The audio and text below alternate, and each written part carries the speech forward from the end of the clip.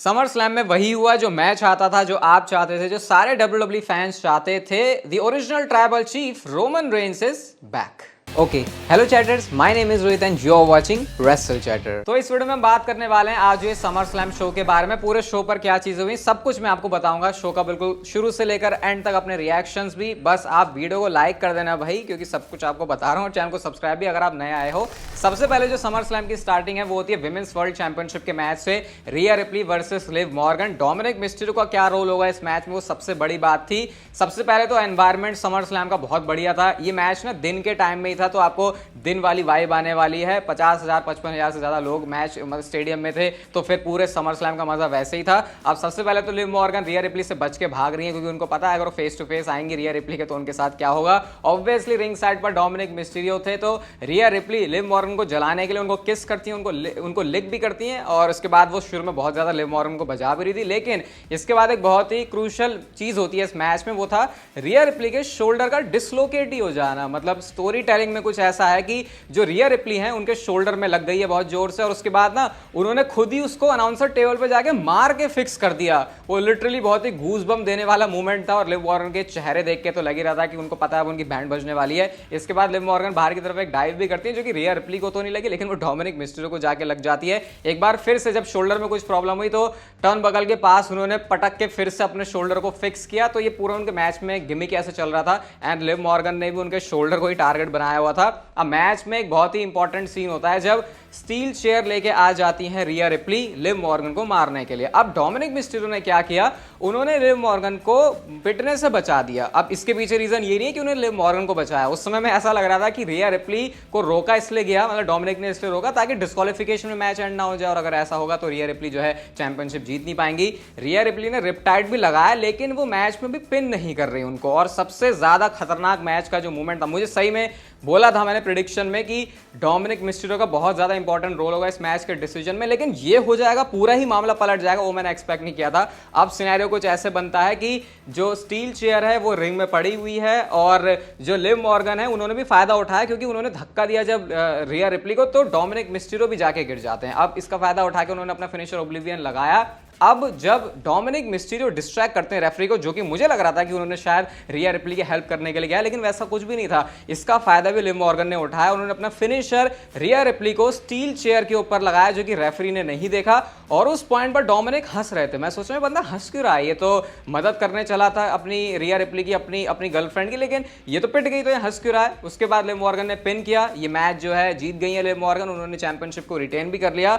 और ये जब सारा सीन खत्म हो गया तो डोमिनिक मिस्टीरियो हंस रहे हैं, लिव मॉर्गन उनके पास जाती हैं, और इस बार लिव मॉर्गन ने नहीं बल्कि डोमिनिक मिस्टीरियो किस करते हैं लिव मॉर्गन को। ये चीज देख के रिया रिप्ली का तो पूरा दिल ही टूट गया, और ऑफिशियली जो ब्रेकअप है, जो सेपरेशन है रिया रिप्ली और डोमिनिक मिस्टीरियो का, वो हो चुका है। डोमिनिक मिस्टीरियो के हाथ से गई रिया रिप्ली, तो अब आ चुकी है लिव मॉर्गन। बस इसी तरीके से मैं इस मैच को कंक्लूड करना चाहूंगा। इसके बाद शो पर अगला मैच आता है इंटरकॉन्टिनेंटल चैंपियनशिप के लिए, Bron Breakker versus Sami Zayn के बीच में। पहले के कंपैरिजन में मैच छोटा था, मैंने जैसा मैच एक्सपेक्ट किया था मनी इन द बैंक में होगा, वैसा एग्जैक्ट मैच उन्होंने समर स्लैम में डिलीवर करके दिया है। क्योंकि ये मैच बहुत छोटा था, और ब्रॉन ब्रेकर ने इस मैच में शुरू में अपनी स्ट्रेंथ दिखाई, वही अपनी जो एजिलिटी है, जो भी उनकी सारी इंप्रेसिव स्किल्स है, वो सब वो दिखा रहे हैं। शुरू में ही सैमी ज़ेन ने हेलुआ किक मारने की कोशिश की, लेकिन वो उसको पूरी तरीके से मिस कर जाते हैं। फ्रैंकेनस्टाइनर हमेशा ही ब्रॉन ब्रेकर का बहुत कमाल का लगता है। ब्लू थंडर बॉम्ब भी लगाया गया, लेकिन उसके ऊपर भी किक आउट हो जाता है। सैमी ज़ेन ने एक्सप्लोडर मारा, उसके बाद अपनी फिर से हेलुआ किक के लिए जा रहे होते हैं, लेकिन उसको जिस तरीके से ब्रॉन ब्रेकर ने इंटरप्ट किया, जो स्पीयर लगाया है, भाई मैं तो कह रहा हूं सैमी ज़ेन को कोई एक थेरेपी ट्रीटमेंट लेनी चाहिए कि अगर आगे उनको और ब्रॉन ब्रेकर के साथ फ्यूड करनी है तो जरा अपने रिब केज को, अपने कोर को बचा के रखो। क्योंकि वो जो स्पीयर मार रहे हैं ब्रॉन ब्रेकर, वो क्या स्पीयर है, उसको बस जाके देखो, और वो टीवी स्क्रीन पर देख के ही आपको फील हो जाएगा कि क्या मार पड़ रही होगी उस बंदे को जिसको स्पीयर पड़ रहा है। एक नहीं दूसरा स्पीयर फिर से लगाया, वो भी बिल्कुल बीच में तोड़ दिया। लिटरली जो कहेंगे ना कि दो भागों में तोड़ के रख दिया सैमी ज़ेन को, वही काम किया। एंड देन पिनफॉल होता है, और क्राउन हो चुके हैं आपके नए इंटरकॉन्टिनेंटल चैंपियन ब्रॉन ब्रेकर। मैं ट्विटर पे एक्टिव था, मैं ट्वीट भी कर रहा था। मेरी प्रेडिक्शन ये है कि शायद 365 दिन तो ब्रॉन ब्रेकर के पास एटलीस्ट ये चैंपियनशिप रहने वाली है, और बहुत ही डिजर्विंग विक्ट्री थी। अब देखते हैं सैमी ज़ेन यहां से कैसे दोबारा से खड़े होते हैं, क्योंकि उनके नेचर में वैसा है, तो यहाँ से स्टोरी लाइन इंटरेस्टिंग रहने वाली है बहुत ज़्यादा। इसके बाद अगला मैच होता है शो पर यूएस चैंपियनशिप के लिए लोगन पॉल वर्सेस मिज के बीच में। लोगन पॉल के साथ पता नहीं वो कौन सा छपरी सा बिल्कुल आया था, बहुत ही वाहियात लग रहा था मुझे वो। अपनी एंट्रेंस से पहले ही जो एले नाइट है वो प्राइम ड्रिंक, हाइड्रेशन वाली जो ड्रिंक है एले नाइट, उसको तोड़ देते हैं जो लोगन पॉल की होती है। मैच शुरू होने से पहले इन दोनों ने एक दूसरे को बजाना शुरू कर दिया। लोगन पॉल पहरे मारते हैं, उसके बाद एले नाइट ने भी फाइट बैक किया। उसके बाद इवेंचुअली जो बेल है वो बच जाती है, लेकिन एक जो नेक ब्रेकर मारा एले नाइट ने लोगन पॉल को, भाई वो पता नहीं टेबल कैसे नहीं टूटी। बताओ, इतना बढ़िया वो कूल स्पॉट था, वो टेबल ही नहीं टूटी। अगर वो टेबल टूटती तो शायद और खतरनाक लगता वो देखने में, लेकिन बहुत मस्त था क्योंकि पूरे कंधे पर उठाकर एले नाइट ने लोगन पॉल को नेक ब्रेकर मारा था। इसके बाद बू और वो जो ये पंचेस है वो भी होते हैं। टॉप रोप से जाके एक एल्बो ड्रॉप मारा एले नाइट ने, मिड रोप से डायरेक्ट वो टॉप रोप पे कूदते हैं, तो रोप्स के आसपास जो एले नाइट का वर्क है वो काफी अच्छा लगता है। इसके बाद एक इनसेन स्प्रिंग बोर्ड वाली जो मून सॉल्ट मारी है लोगन पॉल ने, ये बंदा सही में बचपन से प्रोफेशनल रेसलिंग नहीं कर रहा। मुझे डाउट होता है बार बार, क्योंकि जिस तरीके से उन्होंने इसको अडेप्ट किया है, क्राउड भी वहां पर बहुत तगड़े वाले चैंट लगा रहा था। एंड देन लकी पंच भी पड़ता है लोगन पॉल की तरफ से, लेकिन उस पर एले नाइट किक आउट करते हैं। वैसे प्रेडिक्शन मेरी थी एले नाइट जीतेंगे, तो मैं बहुत ही ज्यादा ऐसे रिलैक्स होकर बैठा था कि पता है मैच के रिजल्ट में क्या होगा। इसके बाद टॉप रोप पे जाके एक सुपरप्लेक्स भी मारा एले नाइट ने। भाई जो लोगन पॉल का रिब केज है वो लिटरली ऐसे बेंड होके दोबारा ऐसे खुला है, वो देखना जरा, वो मैट पे गिरने के बाद ही किस तरीके से लोगन पॉल कूदे थे। एंड देन उसके बाद वो जो लोगन पॉल का वो छपरी फ्रेंड होता है वो आके ब्रास नकल देता है। वो सोचा है इतना छपरी है कि उसने गले में ही वो ब्रास नकल डाला हुआ है एक लॉकेट की तरह, तो वैसे करके उन्होंने पंच भी मारा, लेकिन बीएफटी एंड में आ गई फिर भी लोगन पॉल के लिए। एले नाइट ने बजाई, पिन किया और एले नाइट बन चुके हैं यूएस चैंपियन। फाइनली आज लोगन पॉल को यूएस चैंपियनशिप मिल गई है। रेटिंग वाला एपिसोड भी स्पॉटिफाई का आ चुका होगा डिस्क्रिप्शन में, हर एक मैच का पूरे समर स्लैम के बारे में और है वो, या तो डिस्क्रिप्शन में होगा या फिर 1-2 घंटे में अपडेट हो जाएगा। इसके बाद अगला मैच आता है शो पर नाया जैक्स वर्सेस बेली के बीच में। अगेन ये भी चैंपियनशिप के लिए है। सबसे पहले तो नाया जैक्स जो क्राउन पहन के आई थी वही बहुत ज्यादा खतरनाक लग रहा था, लेकिन उनकी पर्सनैलिटी पर पूरा सूट कर रहा था वो। स्लो पेस मैच था ये, हो सकता है बहुत लोगों को मैच पसंद आए, लेकिन मेरी कोई वैसे भी एक्सपेक्टेशन नहीं थी कि कोई बहुत तगड़ा मैच डिलीवर कर देंगे। नाया जैक्स के लिए आज माई होल माई बट वाला मूवमेंट एक बार फिर से आता है। अपना पिछवाड़ा ही वो पकड़ के बैठ गए, यूरेनागी उन्होंने लगाई, एनाइलेटर भी उन्होंने मारा और उसके ऊपर किक आउट हुआ, जो कि हम ऐसे देखते नहीं है ज्यादा। बट देन यहां से जो डोमिनेशन है नाया जैक्स की वो शुरू होती है। नाया जैक्स ने भी एल्बो ड्रॉप ये सब मारे, लेकिन रिंग साइड पर समॉन ड्रॉप भी उनको लगी और एंड में तो जो बिल्कुल खात्मा किया उन्होंने। उससे पहले टिफिनी स्ट्रैटन आती है कैश इन करने के लिए, लेकिन पता था कैश इन तो नहीं होगा क्योंकि जो साठ गांठ है वो हुई है नाया जैक्स और टिफिनी स्ट्रैटन की, उनकी डील हुई है कि तुम कैश इन नहीं कर सकती, तो बस वो डिस्ट्रैक्शन के लिए था आई थिंक, या फिर क्या पता सही में भी हो सकता था। लेकिन पहली बेली ने टिफिनी को मार दिया, उसके बाद नाया जैक्स ने 2 पावर बॉम्ब मारे, उसके बाद उन्होंने 2 बार एनाइलेटर मारा और जब पिन किया तो ऑब्वियसली यहाँ पर बेली तो अब हारनी ही थी। चैंपियनशिप जो है हार चुकी है, टाइटल चेंज हो चुका है, नई चैंपियन बन चुकी है नाया जैक्स। और उसके बाद रिंग के बीच में नाया जैक्स और टिफिनी स्ट्रैटन बहुत ज्यादा सेलिब्रेट भी कर रही थी। इसके बाद शो पर अगला मैच आता है Drew McIntyre versus CM Punk के बीच में, जहां पर स्पेशल गेस्ट रेफरी है सेथ रॉलिंस। सेथ रॉलिंस की एंट्रेंस पर आज उन्होंने पूरा वो जो बड़ा सा चोला लहंगा है वो पहना हुआ है और ऑब्वियसली पता लग रहा था कि ये तो उनका गेस्ट रेफरी वाला नहीं होने वाला कॉस्ट्यूम गियर। उसके बाद एक बिल्कुल टाइट फिटेड सेथ रॉलिंस के पास आज जो है रेफरी वाले कपड़े थे।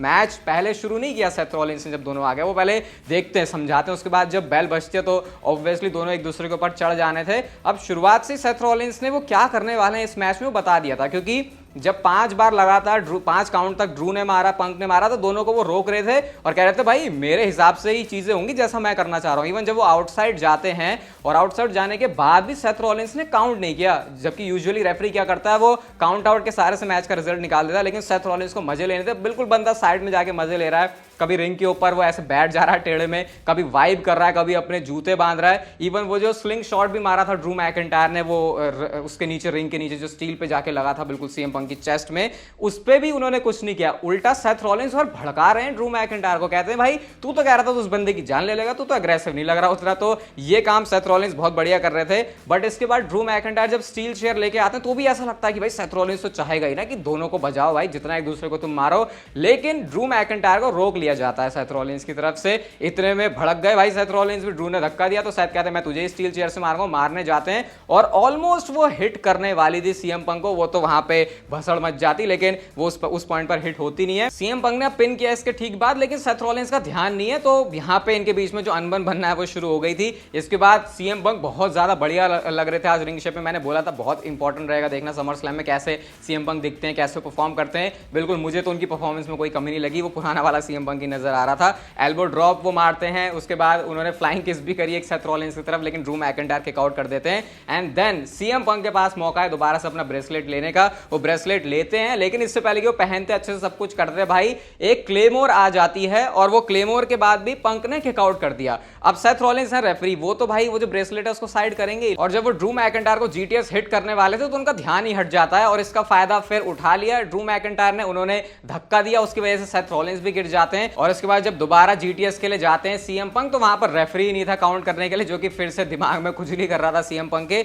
इसके बाद सीएम पंक और सेथ रॉलिंस दोनों ही आर्ग्यू करते हैं और आर्ग्यूमेंट का रिजल्ट ये निकलता है कि सीएम पंक ने अपना गो टू स्लीप फिनिशर मार दिया सेथ रॉलिंस को इन्होंने गिरा दिया। अब इन सारी चीजों का फायदा उठाया ड्रू मैकिंटायर ने, ब्रेसलेट भले ही पहन लिया था सीएम पंक ने, लेकिन उसके बाद ड्रू मैकिंटायर आते हैं, उन्होंने क्लेमोर मारी, और क्योंकि सेथ रॉलिंस भी ढीले से पड़े हुए हैं, ये चीज नोट करना, उन्होंने पहला काउंट किया, दूसरा काउंट किया और तीसरा वाला काउंट थोड़ा सा उन्होंने स्लो किया देख के कि करूं या ना करूं, फिर उनको रियलाइज हो भाई मैं तो रेफरी, उन्होंने काउंट कर दिया और ड्रू मैकिंटायर ने सीएम पंक को हरा दिया है। सेथ रॉलिंस का रोल यहां पर इतना था कि भाई वो बीच में जो है पिस गए हैं ड्रू मैकिंटायर और सीएम पंक, जितना ऐसा लग रहा था कि वो एडवांटेज उठाएंगे वो कर नहीं पाए। एंड देन इसके बाद सीएम पंक का वो जो ब्रेसलेट है वो ड्रू मैकिंटायर उनके हाथ से दोबारा लेके चले जाते हैं। इस पॉइंट में मुझे लग रहा है कि ड्रू मैकिंटायर के लिए किसी भी एक वर्ल्ड चैंपियनशिप से ज्यादा इंपॉर्टेंट चीज वो ब्रेसलेट है, और यहां से अब जो स्टोरी लाइन है भाई उसमें तो और खिचड़ी पकने वाली है। स्पॉटिफाई पॉडकास्ट में इसके बारे में और डिटेल में बात करेंगे। और नेक्स्ट मैच इसके बाद आता है वर्ल्ड हेवीवेट चैंपियनशिप के लिए। शुरू में क्या हार्ड हिटिंग मैच था, अगर आप हेडफोन पे सुनोगे तो आपको धूम धड़ाम बस बेस ही आएगा, बेस की आवाज ही आएगी,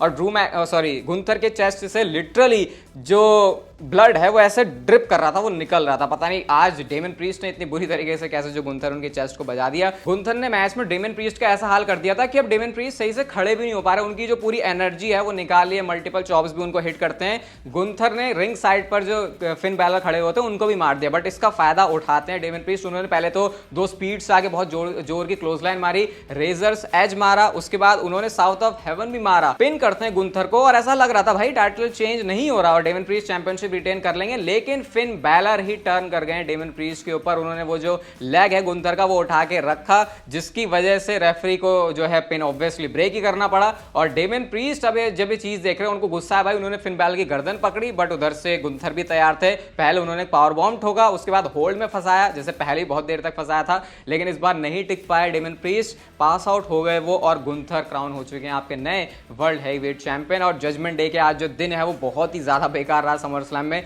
उधर रिया रिप्ली और डोमिनिक का ब्रेकअप हो चुका है, और यहाँ पे फिन बैलर और डेमन प्रीस्ट भी अलग हो चुके हैं। बट बड़ी बात यह है कि गुंथर के पास एक बार फिर से आ चुकी है एक चैंपियनशिप, और इस बार ये वर्ल्ड हेवीवेट चैंपियनशिप है।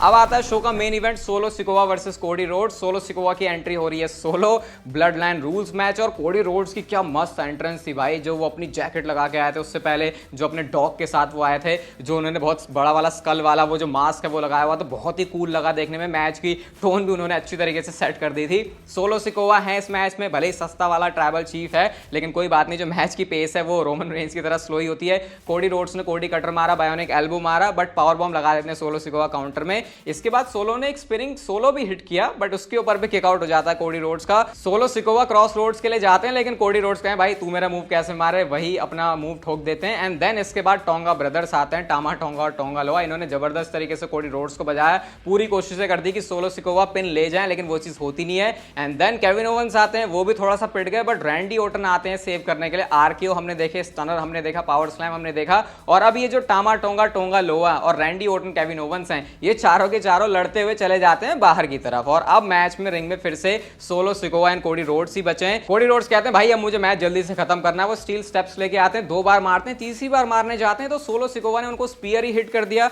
लेकिन किक आउट हो जाता है कोडी रोड्स की तरफ से। कोडी रोड्स ने फिर काउंटर किया, 3 क्रॉस रोड्स वो मारते हैं, जब तीसरे के लिए जाते हैं तो जेकब फाटू बिल्कुल अपने पुराने वाले स्टाइल में आके, और उसके बाद उन्होंने कोडी रोड्स को जो तोड़ा है, रिंग में मारा, बाहर जाके अनाउंसर टेबल के ऊपर स्प्लैश मारा। सोलो सिकोवा भी रिंग में आते हैं, उन्होंने फिर स्प्लैश मारा, बट कोडी स्टिल किक्स आउट। और ये हमको बताता है कि कोडी के पास चैंपियनशिप ऐसे ही नहीं आई है। रेसलमेनिया में उन्होंने रोमन रेंज को पिन करके चैंपियनशिप जीती है, लेकिन जेकब फाटू इस पूरी प्रोसेस में अपने नी या फिर लेग को तो अब इंजर्ड कर बैठे हैं, जो कि अब इस मैच में इन्वॉल्व नहीं हो सकता, ये हमको पता चल गया था। मतलब कि अब सोलो है ऑल अलोन, ब्लड लाइन के बंदे उधर निकल चुके हैं, जेकब फाटू अब कुछ कर नहीं सकता।